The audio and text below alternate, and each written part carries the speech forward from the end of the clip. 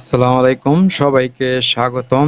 Bangladesh versus ইন্ডিয়ার মধ্যকার একটি টি-টোয়েন্টি সিরিজ আছে, যেটা শুরু হবে 6 তারিখ থেকে। 6 অক্টোবর প্রথম টি-টোয়েন্টি হবে এবং 9 অক্টোবর দ্বিতীয় টি-টোয়েন্টি এবং 12 অক্টোবর তৃতীয় টি-টোয়েন্টি হবে।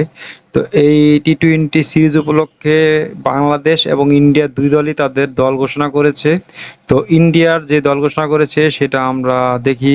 সূর্যকুমার যাদব অধিনায়ক, Riyan Parag, Varun Chakravarthy, Abhishek Sharma, Nitish Kumar Reddy, Jitesh Sharma wicket keeper, Sanju Samson wicket keeper, Shivam Dube, Arshdeep Singh, Rinku Singh, Washington Sundar, Harshit Rana, Hardik Pandya, রবি বিশনি, মায়াঙ্ক যাদব। বাংলাদেশের স্কোয়াড: নাজমুল হোসেন শান্ত ক্যাপ্টেন, লিটন কুমার দাস, মোস্তাফিজুর রহমান, তানজিদ হাসান, জাকির আলী, তাসকিন আহমেদ, পারভেজ হোসেন ইমন, মেহেদী হাসান মিরাজ, শরীফুল ইসলাম, তাওহিদ হৃদয়, মেহেদী হাসান, তানজিন হাসান সাকিব, মাহমুদুল্লাহ, রিশাদ হোসেন, রাকিবুল হাসান।